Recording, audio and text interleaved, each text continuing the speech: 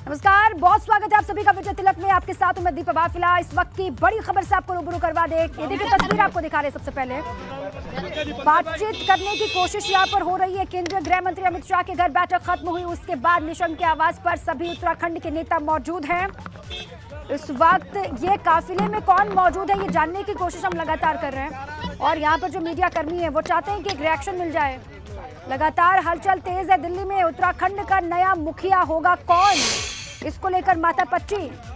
एक तरफ गृह मंत्री के आवास पर बैठक, उसके बाद दूसरी तरफ निशंक के आवास पर भी तमाम मदन कौशिक की ये तस्वीरें देखिए। मदन कौशिक यहाँ से निकल रहे हैं। कोशिश ये हो रही है कि उनसे बातचीत हो और एक रिएक्शन आ जाए कि बातचीत क्या हुई है, फीडबैक किस तरीके से उनका रहा और अब आगे क्या, कितने दिन और लगेंगे, इसको लेकर लगातार बैठकों का दौर चल रहा है। रिएक्शंस भी, प्रतिक्रियाएं भी लगातार सामने आएंगी कुछ ही देर के बाद। इसी पर अविनाश भी लगातार बने हुए। अविनाश बताइए, ये जो काफिला हम देख पा रहे हैं मदन कौशिक का, ये निशंक के घर से भी निकल रहे हैं क्या? जी बिल्कुल, अगर बात करें तो प्रदेश अध्यक्ष मदन कौशिक अभी निकल चुके हैं पूर्व मुख्यमंत्री रमेश पोखरियाल के घर से, और इसके साथ साथ पूर्व मुख्यमंत्री त्रिवेंद्र सिंह रावत भी यहां से निकल गए हैं। लेकिन अभी अगर बात करें तो कार्यवाहक मुख्यमंत्री पुष्कर सिंह धामी यहीं पर मौजूद हैं। अब दो नेताओं के बीच में बैठक जारी है। एक तो पूर्व मुख्यमंत्री रमेश पोखरियाल निशंक और दूसरे कार्यवाहक मुख्यमंत्री पुष्कर सिंह धामी। ये दोनों नेता अभी यहीं पर बैठ के बैठक कर रहे हैं, मंथन कर रहे हैं। और लेकिन अगर बात करें तो निकलते निकलते मदन कौशिक जो कि प्रदेश अध्यक्ष, उन्होंने ये जरूर कहा कि कल तमाम सारे विधायकों की शपथ होगी और उसके बाद विधानमंडल दल की बैठक होगी, फिर नाम तय हो जाएगा। हालांकि उन्होंने इसके अलावा और कुछ भी नहीं कहा है। लेकिन जिस तरीके से चारों नेता गृह मंत्री अमित शाह के आवास से निकले और पूर्व मुख्यमंत्री रमेश पोखरियाल निशंक के घर पे आए, यहाँ बैठक करने लगे और फिर उसके बाद दो नेता निकल जाते हैं। मुख्यमंत्री चेहरा साफ है।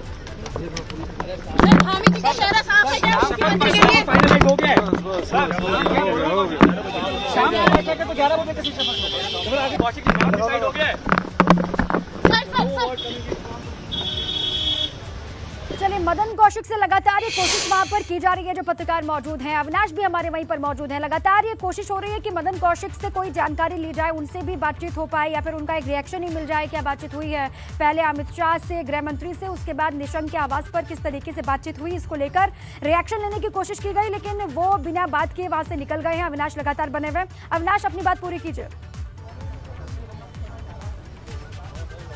देखिए, अगर बात करें तो प्रदेश अध्यक्ष मदन कौशिक ने ये जरूर कहा कि कल तमाम सारे विधायकों की शपथ होगी और उसके बाद फिर विधानमंडल दल की बैठक होगी जिसमें नए मुख्यमंत्री के नाम का ऐलान हो जाएगा। इसके अलावा उन्होंने कुछ भी नहीं कहा। वहीं अगर एक और अपडेट है कि प्रभारी दुष्यंत गौतम आज शाम को ही देहरादून पहुंच रहे हैं और वहां पर तमाम सारे संगठन के लोगों के साथ बैठक करेंगे। और उसके बाद कल पर्यवेक्षक रक्षा मंत्री राजनाथ सिंह और विदेश राज्य मंत्री मीनाक्षी लेखी पहुंचेंगी, जहां पर विधानमंडल दल की जब बैठक होगी तो उसमें नए मुख्यमंत्री के नाम का ऐलान किया जाएगा। लेकिन उससे पहले अगर बात करें तो अभी भी बैठकों का दौर जारी है। चूंकि गृह मंत्री अमित शाह के आवास पर बैठक हुई, वहां से बैठक करने के बाद उत्तराखंड राज्य के जितने भी नेता हैं वो पूर्व मुख्यमंत्री रमेश पोखरियाल निशंक के घर पहुंचते हैं और यहां पे तकरीबन आधा घंटे चार नेताओं के बीच में बैठक चलती है। उन चार नेताओं में अगर बात करें तो मुख्यमंत्री, कार्यवाहक मुख्यमंत्री पुष्कर सिंह धामी है, पूर्व मुख्यमंत्री रमेश पोखरियाल निशंक है। इसके अलावा अगर बात करें तो प्रदेश अध्यक्ष मदन कौशिक है और पूर्व मुख्यमंत्री त्रिवेंद्र सिंह रावत है। अभी अगर बात करें तो रमेश पोखरियाल निशंक के घर पे कार्यवाहक मुख्यमंत्री पुष्कर सिंह धामी मौजूद हैं। इसके अलावा दो अन्य नेता यहां से निकल चुके हैं।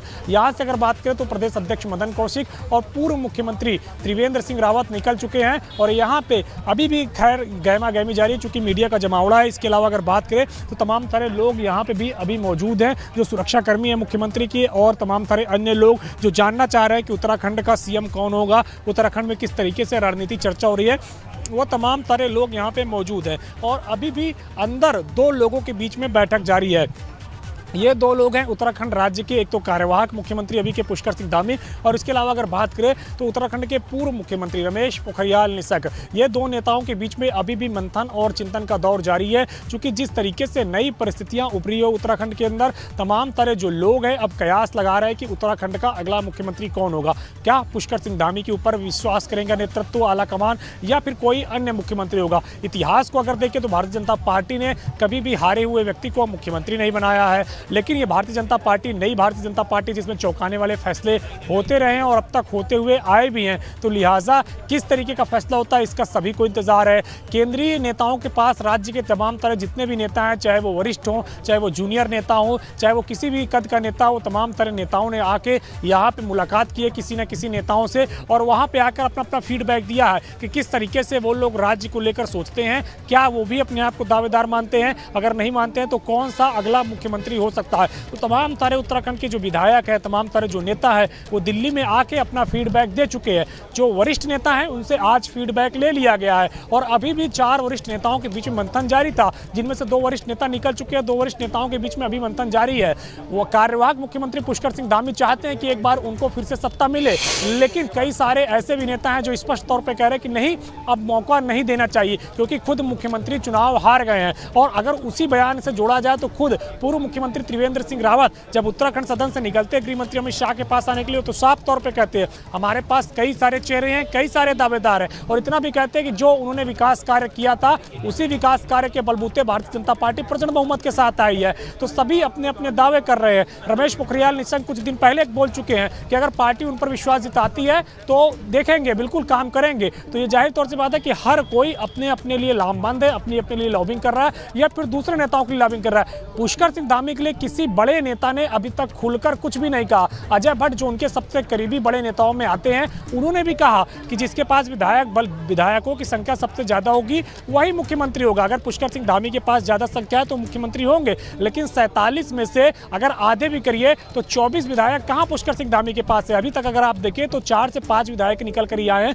जिन्होंने ये कहा कि मुख्यमंत्री फिर से पुष्कर सिंह धामी को होना चाहिए। 4-5 विधायक ऐसे भी निकल के आए हैं जो अपने लिए दावेदारी किए हैं और बाकी सारे विधायक खामोश हैं। उनमें से कई सारे विधायक अगर बोले भी हैं तो यही बोले केंद्रीय आला कमान फैसला करे। और जो बड़े नेता हैं, वरिष्ठ नेता हैं, वो लगातार दिल्ली में अपने लिए लॉबिंग कर रहे हैं या अपने लिए लॉबिंग करवा रहे हैं। तो ऐसे में पार्टी के जो शीर्ष नेता हैं उनके सामने भी कहीं ना कहीं बड़ा संकट है कि उत्तराखंड में अगला मुख्यमंत्री किसको बनाए, क्योंकि अगर हारे हुए उम्मीदवार को वो मुख्यमंत्री बना देते हैं तो जाहिर तौर से बात है कि लॉबिंग तेज होगी। यानी कि दिल्ली में जिस तरीके से 2017 से 22 के बीच में देखा गया कि एक के बाद एक मुख्यमंत्री के खिलाफ लॉबिंग हो रही है, एक के बाद एक शिकायतें आ रही है, दिल्ली में तमाम सारे लोग मुख्यमंत्री के खिलाफ आकर शिकायत कर रहे हैं और यही कारण है कि 3-3 मुख्यमंत्री बनाना पड़ा। तो ऐसी परिस्थितियों में अगर पुष्कर सिंह धामी को रिपीट किया जाता है तो क्या वो इन तमाम सारी चीजों को साधने में कामयाब होंगे? और दूसरी बात है कि उपचुनाव कहां से लड़ाया जाएगा पुष्कर सिंह धामी को, कहां से समीकरण ठीक रहेंगे, विपक्ष को कैसे जवाब दिया जाएगा? क्योंकि विपक्ष भी लगातार यही कहेगा कि हारे हुए व्यक्ति को दोबारा से मुख्यमंत्री बना दिया गया।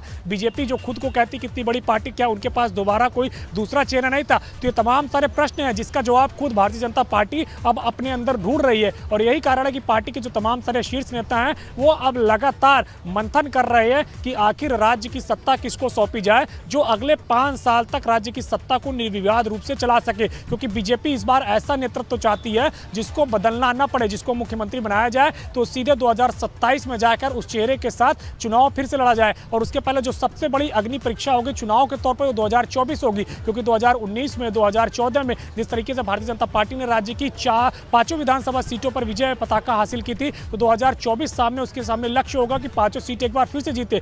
इसीलिए निर्णय इतना आसान नहीं है और बीजेपी भी लगातार अब मंथन कर रही है। और इसी के मंथन के दौर में अगर बात करें तो गृह मंत्री अमित शाह भी पार्टी के राष्ट्रीय अध्यक्ष और पार्टी के राष्ट्रीय संगठन महासचिव वी एल संतोष के साथ बैठक की है। उनके साथ भी जानने की कोशिश की कि आखिर किसको अगला मुख्यमंत्री बनाया जा सकता है। और यहाँ पे अब देखिए तो 2 मुख्यमंत्री, एक मुख्यमंत्री पूर्व हैं, एक कार्यवाहक है, दोनों के बीच में अभी भी बैठकों का दौर जारी है। दोनों के बीच में अभी भी रायशुमारी हो रही है कि किस तरीके से उत्तराखंड का जो भविष्य है, उत्तराखंड के राज्य का जो नया नेतृत्व है उसके नाम को लेकर के तय किया जाए, उसके नाम को लेकर के मंथन 2 बड़े नेताओं के बीच में जारी है। चूंकि अगर बात करें तो जिस तरीके से पुष्कर सिंह धामी 2 बार के विधायक रहे हैं खटीमा से और जब उनको मुख्यमंत्री बनाया गया था वो दूसरी बार के विधायक थे, यानी कि जूनियर नेताओं में उनका नाम शुमार था, लेकिन पार्टी ने उन पर भरोसा जताया चूंकि वो युवा थे और उनको चुनावी मैदान पे उतारा, मुख्यमंत्री बनाया, लेकिन वो खुद अपनी सीट हार गए, यानी कि तीसरी बार भी विधायक नहीं हो सके। ऐसे में अब राज्य के कई सारे नेता ऐसे जो कह रहे हैं कि वो 5 बार से लगातार विधायक हैं।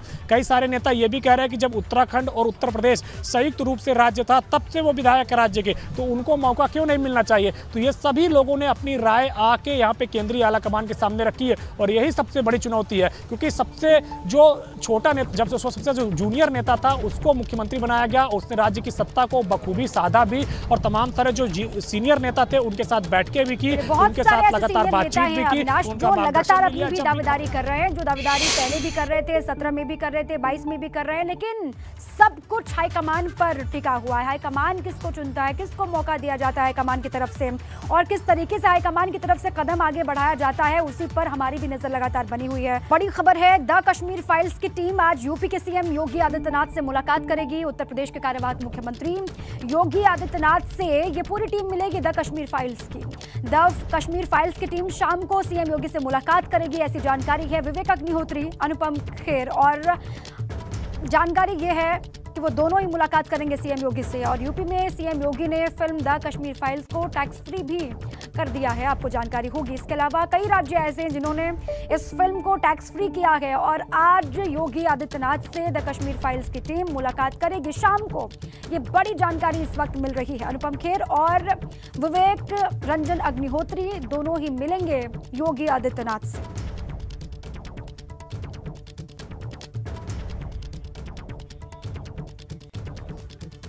उत्तर प्रदेश में प्रोटेम स्पीकर तय करने के लिए विधानसभा सचिवालय ने 17 नवनिर्वाचित सदस्यों की सूची राजभवन को भेजी है, और 17 नेताओं में कई बड़े नाम शामिल हैं। प्रोटेम स्पीकर विधानसभा सत्र शुरू होने पर विधानसभा अध्यक्ष का चुनाव कराएंगे, वहीं नवनिर्वाचित मेंबर्स को शपथ भी दिलाएंगे। 17 नाम भेजे गए हैं, उनमें सुरेश खन्ना का नाम भी शुमार है, दुर्गा यादव, अवधेश प्रसाद, जय प्रताप सिंह और सतीश महाना, रमापति शास्त्री, रामपाल वर्मा, रघुराज प्रताप सिंह, माता प्रसाद पांडे का नाम शामिल है, और साथ ही साथ आजम खान का नाम भी इसमें शुमार है। अब इन नामों में से किसको मौका मिलता है, किसका चुनाव होता है, इस पर लगातार नजर है। कौन बनेगा प्रोटेम स्पीकर? ये तमाम बड़े नाम बहुत सीनियर हैं अपने आप में सारे के सारे, और राजा भैया का नाम भी इसमें शुमार है। इसके अलावा आजम खान, चूंकि वो जेल में हैं, तो उनके नाम को लेकर कोई स्पष्टीकरण सामने नहीं आ सकता है, या फिर उनकी तस्वीर हो सकता है साफ ना हो, लेकिन इनके आजम खान के अलावा जो भी बड़े नाम हैं उनमें से किसी एक का चुनाव किया जाएगा, और कोई एक बनेगा pro tem speaker.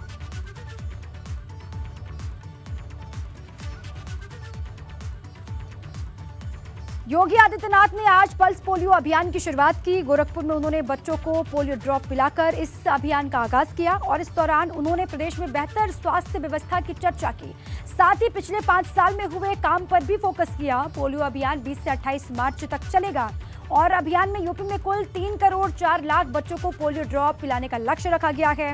Urban, rural, CSC, PSC के साथ साथ स्वास्थ्यकर्मी डोर टू डोर जाकर के बच्चों को पोलियो ड्रॉप पिलाएंगे।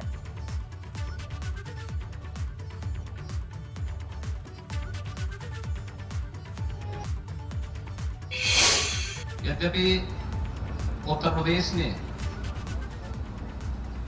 पोलियो उन्मूलन के इस कार्यक्रम को आज से 12 वर्ष पहले सफलतापूर्वक इसका समाधान भी निकाल लिया था, लेकिन पिछले 12 वर्ष के दौरान जो बातें दुनिया के अंदर देखने को मिली है कि पाकिस्तान और अफगानिस्तान में अभी भी पोलियो से जुड़े हुए मामले देखने को मिले हैं, और बीमारी संक्रामक होने के नाते यह इसका खतरा लगातार बना रह सकता है। इसलिए जब तक कि पूरी दुनिया से इसका पूरी तरह उन्मूलन नहीं हो जाता है, तब तक इस सतर्कता के लिए हमें न केवल वर्तमान को बल्कि भावी पीढ़ी को भी बचाने की दिशा में एक सार्थक प्रयास करना होगा, और पल्स पोलियो अभियान उसी का हिस्सा है।